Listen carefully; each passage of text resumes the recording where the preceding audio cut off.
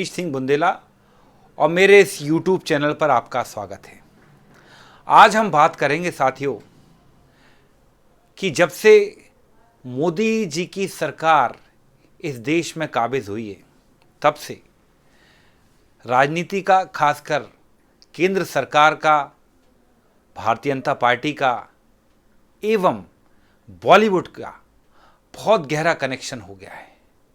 ऐसे लगता है कि भाजपा की राजनीति, उनके कई राज्यों की सरकारें या यूं कहें मोदी सरकार खुद बॉलीवुड से बहुत ज़्यादा इंस्पायर है और ऐसा लगता है कि वो बॉलीवुड को मोदी जी खुद काफ़ी कॉपी करते हैं। बार बार आपने देखा होगा उनकी वेशभूषा भी जो होती है मोदी जी की, वो कहीं ना कहीं कभी बच्चन साहब से प्रभावित रहती है या कभी किसी विदेशी हीरो, हॉलीवुड स्टार शैन ओ कॉनरी या अर्नोल्ड से भी प्रभावित होती है। तो ये वर्तमान में हमारे देश के, हमारी सरकार के हालात हैं और इसमें सरकार, उसका तंत्र और या यूं कहें गोदी मीडिया, भाजपा की ट्रोल आर्मी बहुत ज्यादा सिलेक्टिव है। अपनी सुविधा के हिसाब से कई कलाकारों का, हीरोज का, कई फिल्मों का वो बायकॉट कर देते हैं और जो उनके साथ रहता है, उनकी विचारधारा से सहमति रखता है, साहब उसकी तो पांचों उंगलियां घी में एवं सिर कढ़ाई में है। जैसे कि ये जनाब, जिनका नाम अक्षय कुमार है। जब से मोदी सरकार बनी है, इन जनाब की फिल्में 100 करोड़ से कम तो कमा ही नहीं रही हैं, कुछ पिटी भी हैं अभी हाल ही में। और साथ में ये 2-3 हीरो भी देखें, शाहरुख खान, आमिर खान, सलमान खान, एक रणबीर कपूर भी हैं। ये देखिए, इन लोगों को सदैव अपनी फिल्मों का विरोध झेलना पड़ता है, गोदी मीडिया के माध्यम से एवं भाजपा की ट्रोल आर्मी के माध्यम से। बहाने बहुत हैं। एक कभी शाहरुख खान ने कह दिया कि देश में इंटॉलरेंस बढ़ रहा है, आमिर खान की पत्नी ने कह दिया कि साहब देश में मुझे डर लगता है। अब कहा नहीं कहा, किस परिप्रेक्ष्य में कहा, लेकिन गोदी मीडिया को, उनकी ट्रोल आर्मी को मालूम है किसकी भूमिका कैसे बनानी है। तो इन जनाब की फिल्मों के भी बायकॉट हैं। आमिर खान की फिल्में चाहे दंगल, पीके, हजार करोड़ का बिजनेस किया है, लेकिन हाल ही में लाल सिंह चड्ढा का विरोध हुआ, फ्लॉप हो गई। वैसे मैं मानता हूं अगर फिल्म का कंटेंट खराब है तो ही फ्लॉप होती है, क्योंकि सम्राट पृथ्वीराज का तो विज्ञापन अक्षय कुमार की फिल्म थी साहब, जो मोदी जी के साथ जिन्होंने गलबैयां की, इंटरव्यू लिया, ये पूछा मोदी जी आप आम कैसे खाते हैं, काट के खाते हैं या चूस के खाते हैं? मोदी जी आप जब आम खाते हैं तो वॉश बेसिन पे खड़े होकर खाते हैं, कैसे खाते हैं? ये वही अक्षय कुमार हैं जिनको जब जीएसटी लागू किया गया था तो जो लोकतंत्र का मंदिर है, जिसको हम लोकसभा कहते हैं, जो संविधान का मंदिर है, रात के 12 बजे उसको खुलवाकर अक्षय कुमार को वहां नचवाया था। ये मोदी सरकार, ये कनेक्शन है। तो इन साहब की भी जो फिल्म आई अभी हाल ही में, सम्राट पृथ्वीराज जिसका नाम था, पृथ्वीराज चौहान कितने महान थे और इतनी घटिया फिल्म बनाई, फिल्म को तो पिटना ही था, 60-62 करोड़ भी नहीं कमा पाई। तो फिल्म का कंटेंट अच्छा होगा तभी वो फिल्म चलेगी, मेरे कहने का तात्पर्य ये है। और सबसे बड़ी ये सिलेक्टिव इतने हैं, आप देखें छपाक फिल्म जो कि बहुत ही ज्वलंत मुद्दे पर बनी थी कि एक लड़की पर तेजाब फेंक दिया जाता है, लेकिन उसका इन्होंने विरोध किया था क्यों?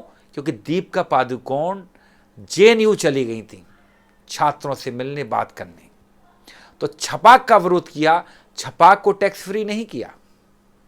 मैं क्यों छपाक की बात कर रहा हूं साथियों? क्योंकि छपाक के साथ उसी दिन एक फिल्म और रिलीज हुई थी जिसका नाम था तानाजी। और तानाजी को इनकी ट्रोल आर्मी ने बड़ा समर्थन दिया था और तानाजी काफी हिट भी हुई थी।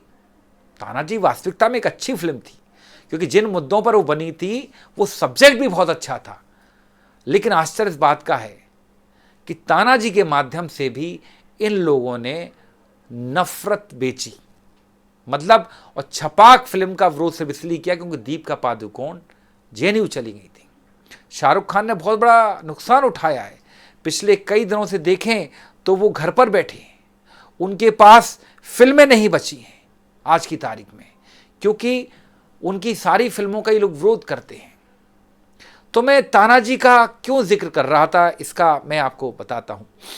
तानाजी जिसने डायरेक्ट की थी उनका नाम था ओम राउत। ओम राउत उसके डायरेक्टर थे, अच्छी बात है। लेकिन आश्चर्य इस बात का है, जिस गोदी मीडिया को छोटी छोटी बातों पर हिंदुत्व खतरे में लगता है, छोटी छोटी बातों पर वो ये मानते हैं कि फला स्टार ने या फला एक्टर ने हिंदुत्व का अपमान किया है, तो छोटी छोटी बातों पर वो उनकी फिल्म का बायकॉट करते हैं। लेकिन अक्षय कुमार के मामले में इनकी राय भिन्न है। मैं एक फिल्म का जिक्र करूंगा जिस फिल्म का नाम था ओ माई गॉड। वास्तव में इसको देखकर लगता है ओ माई गॉड, फिल्म बहुत अच्छी थी, मैंने भी देखी क्योंकि फिल्म का कंटेंट अच्छा था। लेकिन साथियों उसमें मुख्य भूमिका निभाने वाले जो दो लोग थे वो तो मोदी सरकार के, भाजपा के बहुत ही परम मित्र या बहुत ही चाहते लोग थे। एक तो सांसद भी रहे हैं परेश रावल, उन्होंने मुख्य भूमिका अदा की है। वो तो कहते हैं कि भगवान है ही नहीं, और जितना हिंदू धर्म का, भगवान का उस फिल्म में अपमान किया गया है, शायद इतना आज तक के इतिहास में किसी फिल्म में हिंदुत्व का अपमान नहीं किया गया। उनकी फिल्म का कभी बायकॉट नहीं हुआ। अक्षय कुमार भी उसमें थे, अक्षय कुमार के ऊपर किसी ने एक उंगली नहीं उठाई। कंगना रनावत कुछ भी बयान देती हैं, कितना भी किसी का अपमान कर सकती हैं, लेकिन उनको आप जेड श्रेणी की सुरक्षा दे देते हो। यही सिलेक्टिविटी है आज का। मैं यही कहना चाहता हूं, आज का मेरा विषय यह है कि आप बहुत सिलेक्टिव हैं लोगों का विरोध करने में। अब हम फिर से आएंगे भाइयों, ओम राउत ने तानाजी बनाई थी। आपको मालूम अब ओम राउत क्या बनाने जा रहे हैं? ओम राउत आदि पुरुष नाम की एक फिल्म बनाने जा रहे हैं। देखिए, और ऐसा कहते हैं कि आदि पुरुष जो है वो रामायण के ऊपर फिल्म बनी है और इसका बजट 500 करोड़ है, 500 करोड़। और इस फिल्म में सबसे आश्चर्य की बात आप देखें, यहां सैफ अली से परहेज नहीं है। वैसे सैफ अली का विरोध है, करीना कपूर का विरोध है, दोनों का विरोध है। यहां सैफ अली रावण की भूमिका में है। इस फिल्म का आप विरोध नहीं करेंगे क्योंकि ये ओम राउत ने बनाई है। इसमें आप देखें, आपको रावण का जो कैरेक्टर सैफ अली प्ले कर रहे हैं, ऐसे लग रहा है ये कोई अलाउद्दीन खिलजी या इस तरह का कोई रूप बनाया है। क्या इसमें आपके हिंदुत्व का अपमान नहीं हो रहा है? अरे साहब, राम की जो भूमिका अदा कर रहे हैं बहुत अच्छे कलाकार हैं, बाहुबली फेम जिनको प्रभास हम कहते हैं। क्या प्रभु श्री राम लेदर के जूते पहन सकते हैं? सर्वव्यापक है, रामायण में लिखा है कि जब रामचंद्र जी से भरत जी विलाप कर रहे थे कि भैया आप चलिए, वापस चलिए, तो रामचंद्र जी ने अपनी खड़ाऊं दी थी भरत जी को, और उन खड़ाऊं को भरत जी सर पर रख के ले गए थे। और भरत जी ने उन खड़ाओं, जो कि लकड़ी की खड़ाओं पहले चलती थी, पादुका कहते थे, उनको सिंहासन पर रख के 14 साल प्रभु श्री राम की अनुपस्थिति में राज चलाया है। और आप राम को लेदर के शूज पहना रहे हो साहब। ऐसी कैसी आप फिल्म बना रहे हो उसमें चमगादड़ें उड़ रही हैं, अशुभ होता है। और सबसे बड़ी बात, हम जब रामानंद सागर की रामायण देखें, आपको याद होंगे ये कैरेक्टर अरुण गोविल ने प्रभु श्री राम का कैरेक्टर निभाया था, माता सीता का कैरेक्टर दीपिका चिखलिया ने निभाया था, हनुमान जी का कैरेक्टर कितना अच्छे से दारा सिंह ने निभाया था। इन कैरेक्टर में हमको सौम्यता दिखती थी, इन कैरेक्टर में हमको सच्चाई दिखती थी, मासूमियत दिखती थी, और उन कैरेक्टर को देख के हमको ऐसा लगता था कि हाँ, ये बिल्कुल राम का ही रूप है। उनको देखकर ऐसा लगता था कि हाँ, इनका सम्मान करने को, इनकी पूजा करने को जी चाहता। ऐसा कहते हैं जब रामायण आती थी, प्रसारित होती दूरदर्शन पर, तो उस समय लोग टीवी को अगरबत्ती लगाया करते थे, इसकी पूजा किया करते थे। और आप आश्चर्य करेंगे, इतनी अच्छी रामायण बनाने के लिए रामानंद सागर जी का एक एपिसोड पर सिर्फ 10 लाख रुपए खर्च होता था, और उनके लगभग 78 एपिसोड बने हैं। अगर उस हिसाब से देखें तो 7-8 करोड़ में इतनी अच्छा उन्होंने एक पात्र गढ़े, इतनी अच्छी रामायण बनाई, और आज भी लोग याद करते हैं। और हमें गर्व है कि उस रामायण को बनाने के लिए प्रेरित करने वाले हमारे पूर्व स्वर्गीय प्रधानमंत्री राजीव गांधी जी थे। राजीव गांधी जी ने बुलाकर रामानंद सागर जी से बात की थी, कहा था कि आप रामायण की रचना कीजिए, आप सीरियल के माध्यम से लोगों में धर्म का प्रचार प्रसार करिए। लेकिन कांग्रेस पार्टी कभी भी इस चीज का, धर्म का प्रचार प्रसार नहीं करती है, राजनीति के लिए तो कभी नहीं करती है।